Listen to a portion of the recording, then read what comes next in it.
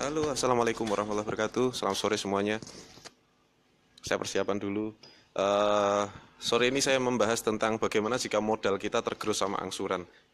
Itu banyak dialami sama teman-teman yang punya bisnis, tetapi bisnisnya tidak berjalan dengan baik, tetapi modalnya terlanjur pinjem ya. Jadi terlanjur pinjem ke bank, terus rencananya buat modal, tapi malah modalnya tergerus sama angsuran. Saya pengen tahu ada enggak yang punya masalah serupa? Mohon di komen dulu siapa yang punya masalah serupa. Jadi Anda pernah pinjam uang di bank untuk bisnis, tapi bukannya malah bisa membayar, tapi modal tersebut tergerus sama angsuran. Kenapa? Karena angsuran itu sudah ada bunganya dan omset Anda, keuntungan Anda tidak bisa mencukupinya ya. Siapa yang mengalami masalah ini? Coba tolong kasih komentar sambil saya akan menyebarkan membagikan tayangan ini ke grup-grup saya dulu. Saya mohon izin sebentar. Sambil di komen ya, siapa saja yang mengalami masalah ini.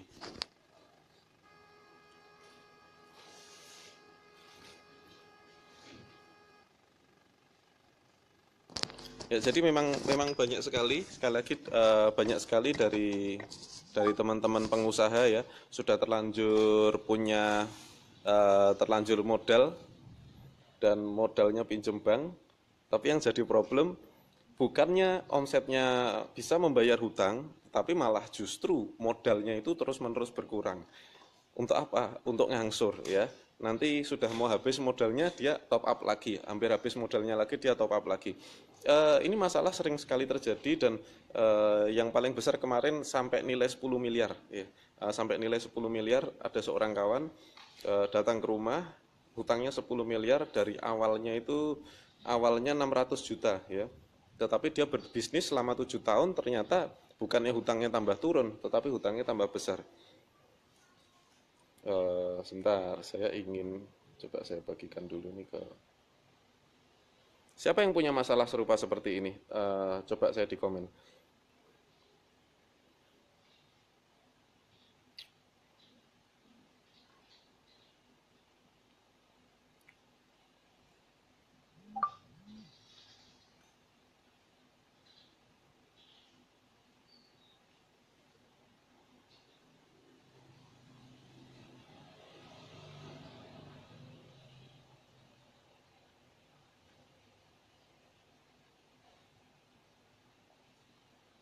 Modal Anda tergerus angsuran.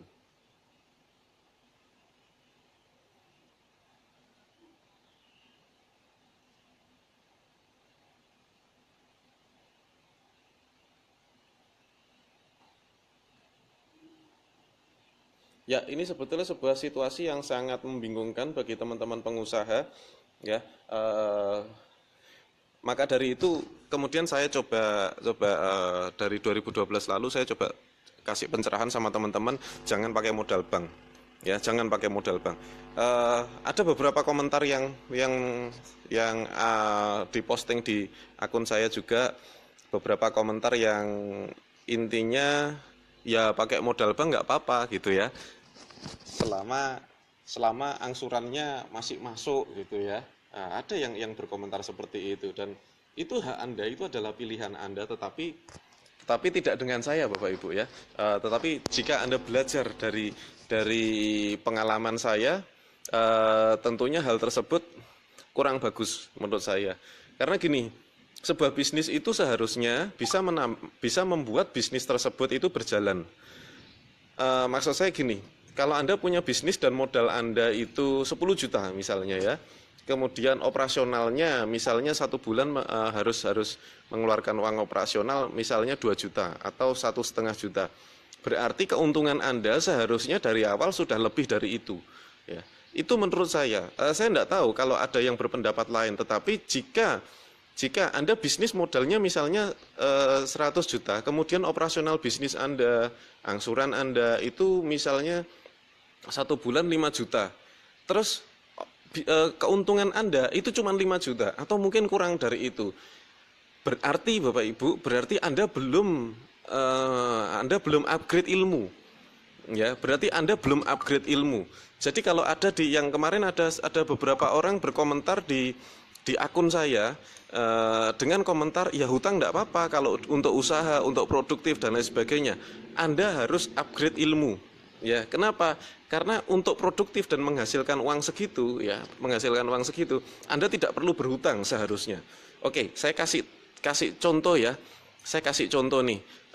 Misalnya Anda mau buka sesuatu yang modalnya 100 juta. Apa ya saya bilang ya, misalnya rumah makan misalnya. Anda buka rumah makan ya. Modalnya 100 juta, misalnya kontrak tempat 20 juta, peralatan misalnya 10 juta. Kemudian ada di situ katakanlah 4 sampai 5 karyawan, berarti Anda setiap bulan harus mengeluarkan 10 juta. Nah, berarti target per bulan Anda dari awal itu sudah minim 10 juta. Kenapa? Karena operasionalnya 10 juta. Ya, sedangkan ini belum dihitung sama angsurannya. Kalau 100 juta itu Anda modal di bank, Anda modal pinjam bank. Kalau angsurannya sebulan 3 juta, berarti 10 juta plus 3 juta, Anda lebih berat lagi.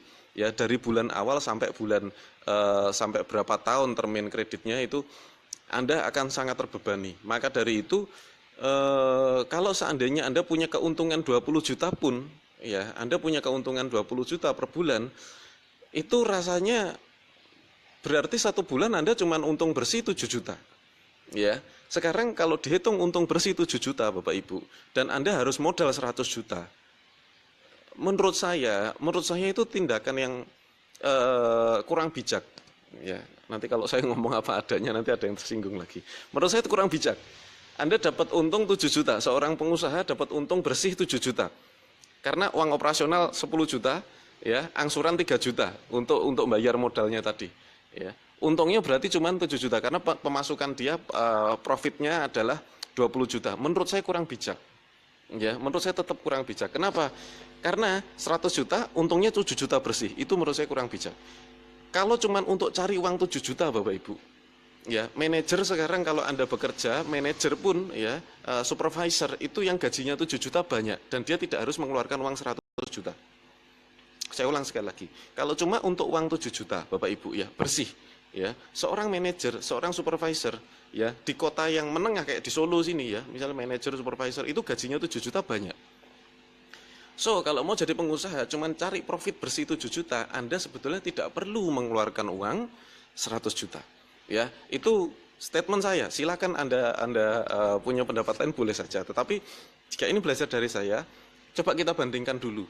Kalau kan ujung-ujungnya kan ke duit. Jadi pada saat kita memulai usaha, itu bukan masalah usaha saya sekeren apa, bukan masalah wah saya sudah berubah status dari tadinya karyawan menjadi pengusaha. No, bukan itu.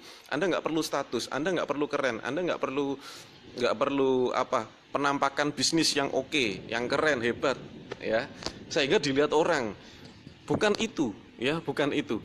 Nah, ada banyak sekali orang yang berpikir bahwa bisnis itu harus pertama kali kita harus legalitasnya dulu diurus. Berarti Anda pertama kali sudah ngurus izin, misalnya CV aja 8 juta. PT misalnya, PT 12 juta.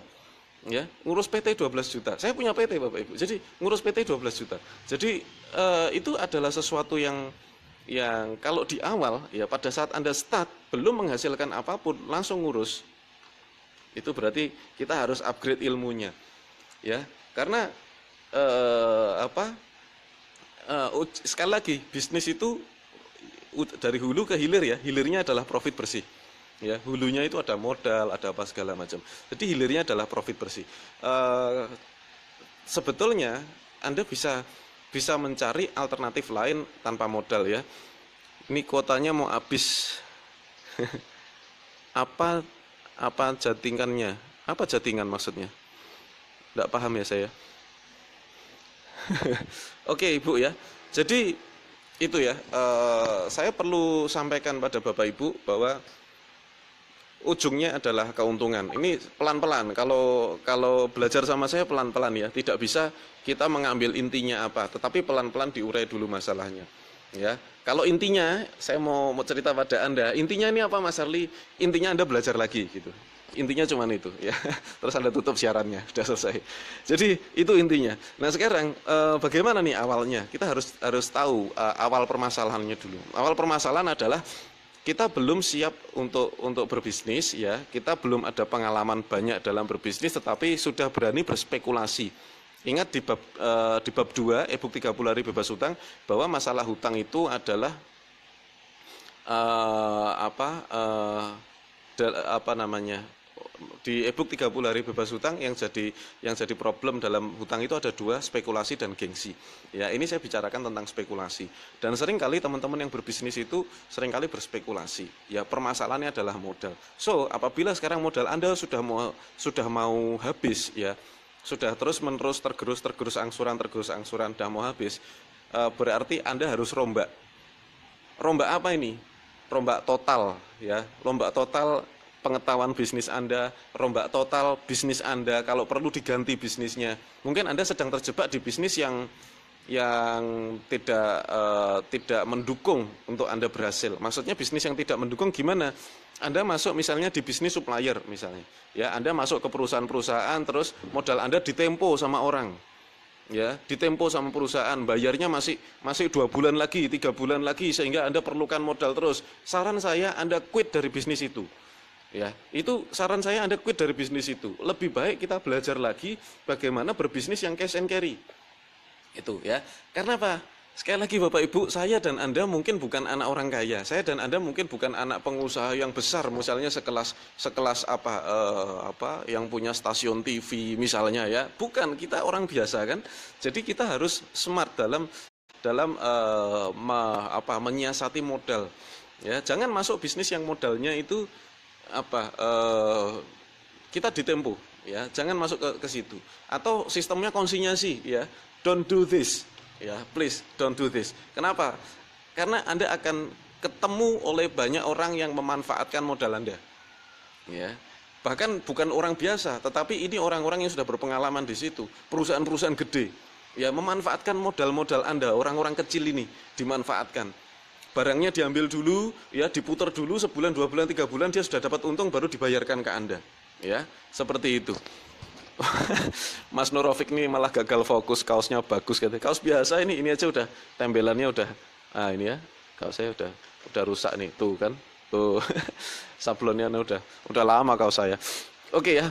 Saya modal besar tapi untungnya sedikit karena harus bersaing harga dengan yang besar modalnya. Ya, pasti Pak Mubarak ini berkecimpung di komoditi atau supplier. Kemungkinan seperti itu.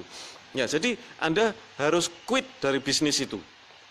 Anda harus quit dari bisnis itu. Kenapa? Karena kita orang kecil, kita harus berbisnis yang cash and carry. Ya, oke, Mas, contohnya seperti apa, Mas? Model bisnis yang cash and carry. Saya kasih contoh nih. Bisa memilih ya, Anda bisa memilih. Misalnya gini, kita ngomong konveksi aja ya, kita ngomong konveksi nih, contoh konveksi. Anda bisa milih mau di model seperti apa, sama-sama konveksi ya. Satu misalnya Anda konveksi ini, Anda punya penjahit, Anda punya mesin, Anda punya skill motong, punya apa segala macam, konveksi. Kemudian Anda masukkan ke distro-distro ya, Anda masukkan ke distro-distro. Dan distro itu akan membayar nanti setelah barangnya laku, konsinyasi. Itu yang saya maksud sebagai bisnis yang pembayarannya tidak langsung, ya. Dan itu akan memerlukan modal yang besar. Tetapi sama-sama konveksi, ya. Anda bisa memilih misalnya buka distro. Anda tentunya perlu sewa tempat. Ya kan kita bisa milih modelnya, sama-sama konveksi. Model bisnisnya seperti apa? Tadi penjahitnya atau Anda misalnya punya distro, sewa tempat. Kan butuh modal juga. Nah terus yang Mas Arli maksud yang tidak butuh modal yang seperti apa? Contoh ya, saya terinspirasi dengan dengan penjual hijab di Instagram ya, namanya Vanilla Hijab. Saya terinspirasi sekali karena di awal dia cuma modal foto, kemudian dicepret gitu ya, kainnya dijejer-jejer, terus kemudian Instagramnya diramaikan dan luar biasa. Hari ini omsetnya miliaran ya. Anda tahu karena ini eranya era sosial media, eranya komunikasi. Jadi Bapak Ibu jangan menutup itu, jangan menutup menutup peluang. Ya, jangan menutup peluang. Kalau kita ada di bisnis misalnya nih, Anda setor ke distro-distro misalnya. Terus bagaimana caranya saya bisa meningkatkan profit saya? Otomatis Anda tidak butuh distro lagi. Anda harus punya akun Instagram sendiri, Anda harus belajar Instagram, Anda harus memperbaiki sistem pembayarannya ya. Anda mungkin pakai CS, terus Anda latih CS-nya, dan kemudian bagaimana supaya Instagram saya rame, misalnya di endorse ke siapa, kemudian misalnya diiklankan, misalnya diapakan ya, dan Anda fokus saja pada akun Instagramnya, maka Anda sudah mengubah model bisnis Anda. Ya, misalnya Anda punya barang variannya terlalu banyak, sekarang Anda coba lebih jelas lagi, belajar lagi internet marketing, kemudian Anda cari di internet itu sebetulnya orang yang paling banyak dicari itu apa sih, yang marketnya cukup bagus itu yang apa sih. Misalnya ya, sama-sama hijab saja, sama-sama hijab, Anda bisa macam-macam jualannya. Anda bisa jualan kimar, Anda bisa jualan hijab yang langsungan, Anda bisa jualan hijab yang printing, Anda bisa jualan hijab yang misalnya model Hana Tajima, macam-macam. Jadi Anda bisa pilih satu dan bikin brand Anda dan kemudian Anda besarkan. Itu baru kita ngomong konveksi. Kuliner juga sama, ya. Kuliner pun sama. Jadi kita bisa memilih mau buka rumah makan ya, atau Anda jadi supplier bahannya, atau Anda misalnya mau buka catering misalnya ya. Mana yang modalnya paling sesuai dengan Anda? Dan saran saya jangan pernah memaksakan. So, pada sore hari ini jika Anda modalnya terus-menerus tergerus, saran saya lakukan sesuatu untuk menghentikannya. Sebelum modalnya habis, Anda hentikan dulu aktivitas itu. Ya, hentikan aktivitas itu. Stop supply. Misalnya Anda harus supply, Anda stop supply, ya. Seperti itu. Ini kalau usahanya percetakan gimana, Mas? Tidak bagaimana-bagaimana. Ya, Bu ya. Ada banyak percetakan sekarang yang misalnya Anda fokusnya kemana nih? Percetakan kan banyak ya. Anda bisa cetak buku, Anda bisa cetak undangan nikah, Anda bisa cetak apa. Bikin brand Anda terhadap satu produk spesifik. Kalau percetakan tuh banyak. Ya, percetakan banyak ya, Ibu Kiat Vinaya misalnya. Percetakan tuh banyak, tetapi Anda bisa buat satu brand Anda, satu merek Anda ya. Merek misalnya Anda itu spesialis di mencetak undangan nikah misalnya gitu ya, atau Anda spesialis mencetak sesuatu di barang-barang semacam souvenir, gimmick dan lain sebagainya. Anda bikin dulu brandnya, bikin spesial. Setelah spesial Anda iklankan. Di mana? Di sosial media tentunya. Bagaimana hasil cetak Anda dan lain sebagainya. Mau buat minuman obat tapi kendala izin, gimana itu? Ya enggak gimana-gimana Pak, ya. Dijual dulu aja. Karena punya izin dan tidak punya izin tidak mempengaruhi omset. Ya, paling kalau tidak ada izinnya orang tanya, ini ada BPOM-nya enggak? Biasanya seperti itu. Kalau Anda jawab tidak, orang ada yang beli, ada yang tidak beli. Tergantung Anda obatnya itu banyak testimoninya enggak? Kalau banyak testimoninya orang enggak banyak tanya. Belum bisa bisnis, masih bekerja. Kalau dagang minuman kemasan bagaimana? Ya tidak bagaimana Bu ya. Oke. Ya, tentang perizinan seperti itu Pak. Ya, Anda tidak ada caranya. Kalau di bisnis coaching saya ajarkan sekalian ya, bagaimana caranya kapan kita harus mengurus izin dan bagaimana dan mengatasi permasalahan-permasalahan tentang legalitas itu. Saya jelaskan di bisnis coaching di Jakarta besok tanggal 27 Februari. Mas, kalau usaha antar wisata modal minim, gimana caranya bersaing dengan modal besar? Oke, modal besar itu apa kelebihannya? Anda pelajari. Kalau misalnya modal besar, kelebihannya apa? Dia punya kantor misalnya, dia punya kantornya lebih bagus dari Anda. Anda harus main jaringan, Anda harus main relasi. Ya, harus main sosial medianya ya, karena sosial media itu bermain modalnya tidak perlu besar-besar seperti para pemodal besar di usaha-usaha yang memasarkan secara konvensional. Mungkin dia lebih dulu, mungkin dia lebih punya kendaraan, atau mungkin dia sudah punya banyak relasi. Kalau Anda start, Anda harus punya spesifikasi. Kenapa kok saya selalu sarankan single ya, atau spesifik. Misalnya tadi undangan Anda tidak spesifik, tidak malah istilahnya mengiklankan seperti itu, saya bisa nyetak buku, saya bisa nyetak undangan, saya bisa nyetak baju, saya bisa nyetak apapun, ya segala ada, bukan. Seperti halnya gini, dokter umum sama dokter spesialis, mana yang lebih meyakinkan dalam mengatasi pasien untuk masalah-masalah tertentu? Tentunya yang spesialis, ya. Dokter umum dan dokter spesialis tentunya tarifnya beda. Ya, yang spesialis orang bayar misalnya sekali datang 500.000 pun tidak ada masalah. Tetapi kalau dokter umum ya sekali cas 500.000 orang bingung gitu ya. Ini dokter apa ini gitu ya? Seperti itu. Jadi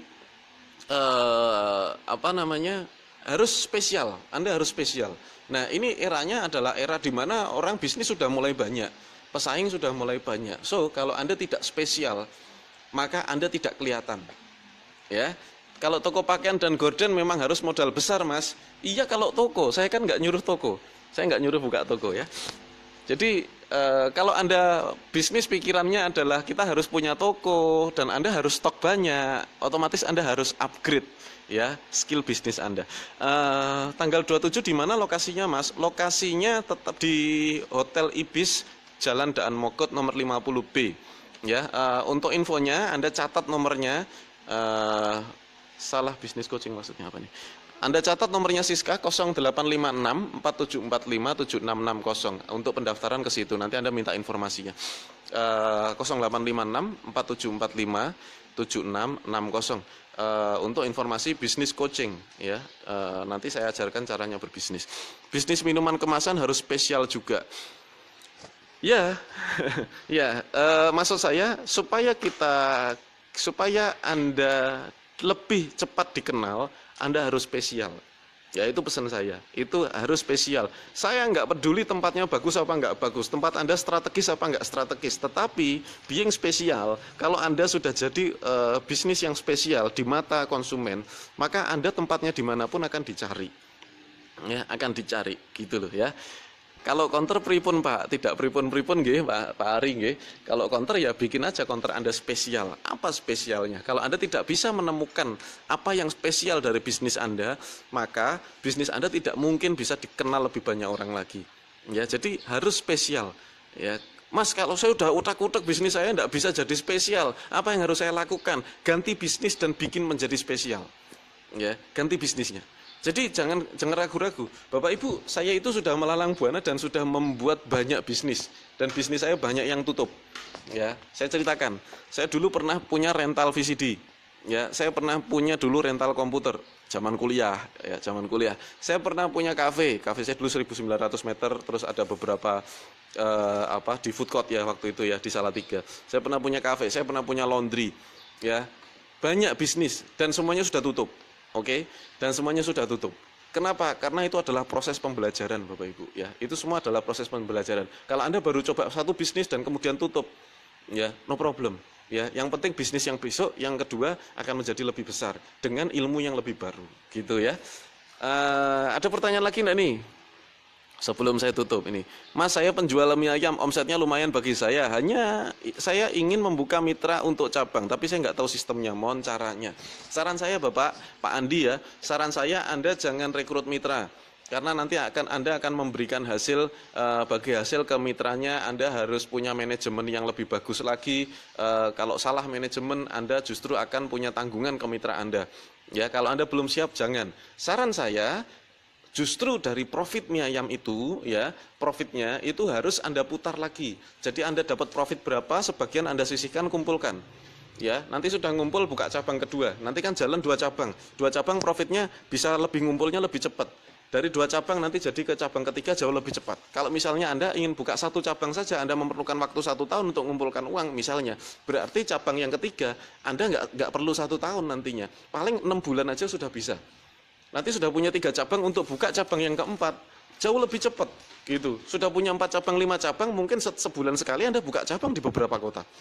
Ya, sebulan sekali. Bisa jadi seperti itu. Tetapi semua tentunya tergantung dari bagaimana skill Anda, dari keuntungan ini sebagian Anda putar lagi. Itu bisnis yang bagus. Jadi apapun bisnisnya, saya tidak peduli berapapun jumlah putaran uangnya, saya tidak peduli. Tapi yang paling saya pedulikan adalah profitnya itu bisa Anda putar lagi atau tidak. Ya, profitnya bisa Anda putar lagi atau tidak. Kalau profitnya itu minus dan sudah jalan setahun, minus jalan setahun sehingga Anda angsuran sampai ambil sama modal, itu artinya ya nggak bisa ya. Aku bingung Mas, mau bisnis kuliner apa konveksi? Ya ini Bu, ya Bu Ina Sartinah, kalau bingung mau bisnis kuliner atau konveksi, ya saran saya Anda lihat lagi, Anda punya marketnya itu lebih mudah untuk menjual kuliner atau konveksi.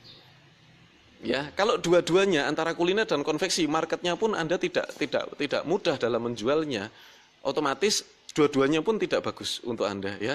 Artinya bisnis apa yang bagus untuk saya adalah bisnis yang marketnya sudah saya kuasai. Jika Anda awal untuk buka bisnis. Benar banget Mas Ali, saya kontraktor kolam renang habis modal ditempo perusahaan-perusahaan besar, pengen hijrah bisnis lain tapi masih belajar. Oke ya, Bapak Agus Setiawidodo. Seperti itulah. Di atas saya nanya kelewat Mas, apa kepanjangan tulisan saya? Aduh, coba saya scroll lagi ya, saya pengen jawab ini. Oke ini ada Pak Inang Zainal. Saya termasuk yang sekarang kewalahan karena bisnis dengan bayar tempo. Banyak user saya yang bayar telat dan one prestasi, sementara modal saya minim. Akhirnya perusahaan agak keganggu cash flow-nya, jelas lah. Kalau sudah kadung jalan bagaimana solusinya? Sementara sudah kadung puluhan konsumen beli unit di saya. Mohon pencerahannya. Mungkin Anda nanti harus detailkan dulu ya Pak Inang ya. Berapa banyak unit yang Anda berhutang, utang unit misalnya. Atau Anda selesaikan dulu apa yang sudah ada, diselesaikan dulu. Kemudian baru Anda kalau mau pindah bisnis, kalau tidak bisa diperbaiki sistem pembayarannya, Anda pindah bisnis, ganti bisnis maksud saya ya. Tapi yang sudah ada diselesaikan dulu ya. Perlu waktu berapapun Anda selesaikan dulu. Itu ya, ada Pak Ahmad Tubi, selamat datang ya. Pak Dedi Antoni, selamat datang semuanya. Ini ada Pak Ramli. Pak Arli, kalau pakai produk perusahaan orang lain dan kita ubah atau meraciknya, kita tidak bisa merubah ya kalau produk dari perusahaan lain atau meraciknya dan pakai nama sendiri tidak masalah. Kalau pakai nama sendiri tidak masalah, tetapi Anda izin dulu ya. Mas, kalau buka toko pertanian bagi pemula harus bagaimana? Oke, toko pertanian. Sekarang gini, saran saya daripada Anda buka toko pertanian, kemarin ada seorang namanya Mas Wisnu datang ke sini dan dia adalah bekerja di pabrik supplier pupuk-pupuk mikro ya, dan dia sudah mengenal banyak sekali toko-toko, jadi dia melayani order toko-toko dan banyak yang ditempo dan sebagainya. Tapi istimewanya Mas Wisnu ini adalah orang yang berpengalaman dan berpengetahuan di bidang pertanian. Jadi dia paham sekali maka pupuk-pupuk itu seperti apa ya. Dan hebatnya lagi Mas Wisnu ini adalah dia touch langsung ke petani. Jadi dia tahu ketua-ketua kelompok petani di beberapa lokasi. Dia tahu, kenal. Dan relasi dia, kemarin saya tanya sama Mas Wisnu, Mas, oke, kalau relasimu di pertanian saya coba dihitung ada berapa? Wah ya banyak sekali Mas, kalau dihitung orangnya sekitar 2000-an. Ya karena dia sudah bekerja lama, sekian tahun. Oke, terus akhirnya dia membuat sebuah pupuk mikro. Dia maklun, dia ambil dari Surabaya, kemudian dia kemas sendiri. Kemudian dia berencana untuk resign ya dan menjual pupuknya. Tapi saya nggak punya toko Mas, gimana nih supaya saya bisa punya toko? Stop, nggak usah punya toko. Terus gimana caranya? Kamu stok aja ke ketua petaninya, ya di ketua kelompok para petani. Akhirnya apa? Dijalankan. Dia kontak beberapa ketua kelompok, banyak yang bersedia bagi hasil dengan ketua kelompoknya, disetok di rumahnya masing-masing. Anda nggak butuh toko. Ya, Anda nggak butuh toko. Karena Anda harus izin dulu, nanti kalau Anda izin dulu minimal UD ya kan? Minimal UD, terus kemudian nanti belum lagi urusan pajak dan lain sebagainya, itu akan bikin Anda ribet di awal. Ya, langsung aja touch ke kepala petaninya. Akhirnya apa? Produknya di stok sama ketua kelompok. Gitu, di stok sama ketua kelompok, akhirnya bisa berjalan ya, keuntungannya luar biasa loh ya. Itu ya, jadi coba think out of the box ya. Jangan dipikir bisnis itu harus punya toko, jangan dipikir bisnis itu harus sewa tempat, jangan dipikir bisnis itu harus legalitas di nomor satukan, tidak gitu. Legalitas itu penting tetapi bukan nomor satu. Yang nomor satu adalah profit ya. Nah sebelum profit harus punya apa? Sebelum profit harus punya market, kan gitu. Untuk bisa punya market harus punya apa? Relasi. So, kalau kita mau mempersiapkan, yang pertama harus dipersiapkan bukan modalnya, bukan sewa tempatnya, bukan stoknya, bukan apapun, tetapi relasi. Punya relasi, punya market, kemudian Anda dapat profit. Ya, produknya apapun. Ya, produknya apapun. Anda bisa bikin sendiri, Anda bisa stok sendiri, Anda bisa ambil produk orang lain karena Anda punya market. Siapa yang punya market dia merajai. Ya, siapa orang punya market dia merajai. Dia bisa milih siapa yang mau supply ke saya, dia bisa milih gitu ya. So yang pertama harus Anda perhatikan adalah Anda harus punya market. Pak Arli, kalau dijadikan mentor buat produk Apa persyaratannya Pak? Silakan Anda ikut bisnis coaching aja ya. Bisnis coaching di Jakarta besok tanggal 27 Februari. Tiketnya 3.700.000 sudah termasuk menginap. Harga promo 2.100.000. Untuk informasinya silakan Anda kontak ke Siska 0856 4745 7660. Saya ulang sekali lagi 0856 4745 7660. Nanti saya ajarkan komplit bagaimana membuat produk, bagaimana idenya sampai ke market. Ya, dan bimbingannya adalah sampai jadi produknya gitu. Mas, kalau buka bisnis baru apakah branding kita harus didaftarkan ke HAKI biar nggak diserobot orang merek dagang kita? Baik, jawaban untuk Pak Mulyadi ini ya. Ya, sebetulnya penting sekali untuk didaftarkan ke HAKI, tetapi timingnya harus tepat. Ya, bukan di awal. Ya, bukan di awal. Why? Kalau di awal, Bapak Ibu, Anda belum sudah daftarkan ke HAKI merek Anda. Sudah Anda daftarkan ke HAKI. Terus produknya nggak laku, apa yang Anda lakukan? Anda akan rugi, ya, Anda akan rugi. So di awal kita tes dulu, laku apa enggak. Kalau laku bagus, ya Anda daftarkan. Kalau enggak, ganti saja. Terima kasih atas penjelasannya. Saya produsen celana Scalar Energy, biar bisa lebih go. Bagaimana Mas Arli? Diiklankan ya Pak Muhammad Kasirin ya, supaya bisa lebih dikenal, lebih bagus diiklankan.